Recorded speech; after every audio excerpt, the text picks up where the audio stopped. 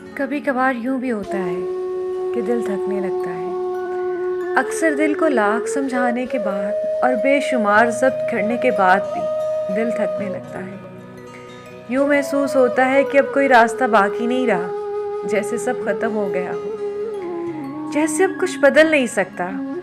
شاید اب ہم تکلیف کے اس آخری حد پر ہوتے ہیں جہاں یا تو معجزوں کی شدت سے طلب ہوتی ہے یا آخری سانس کے ٹوٹ جانے کا ڈر ہوتا ہے۔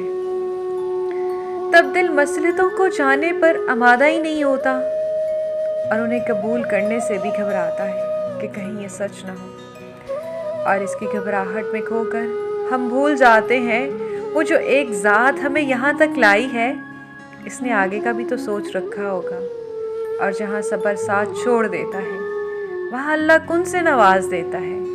وہ ماضی دیکھ کر نہیں، نیت دیکھ کر عطا کرتا ہے۔ وہ نہیں کہتا کہ اب دوبارہ سے کیوں آئے ہو، وہ تو کہتا ہے اب آ ہی گئے ہو تو میرے پاس بیٹھ جاؤ۔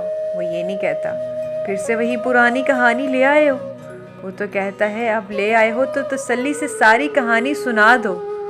وہ یہ نہیں کہتا کہ میری تو سننے نہیں، میں کیوں مانوں، وہ تو کہتا ہے اب اتنی مدت بعد سنا رہے ہو تو تسلی سے سناتے جاؤ۔ وہ نہیں کہتا اپنی غرض کے لیے میرا نام کیوں لے رہے ہو، وہ تو کہتا ہے اب پکارا ہے تو اپنی پیاری آواز میں پکارتے جاؤ، اتنا پکارو کہ میری محبت میں نہ کہنے کی گنجائش باقی ہی نہ رہے۔ بس وہ پھر مان جاتا ہے۔ پھر وقت کیا، موسم کیا، حالات کیا، نصیب کیا اور دنیا کیا، سارا جہان بدل جاتا ہے۔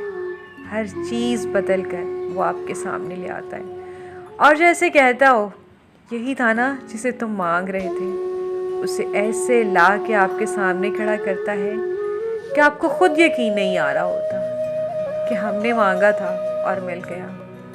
بس وہ اللہ ہے جب وہ دینے پہ آتا ہے تو اس طرح سے نوازتا ہے کہ تمہیں اپنی قسمت پر رشک آنے لگتا ہے۔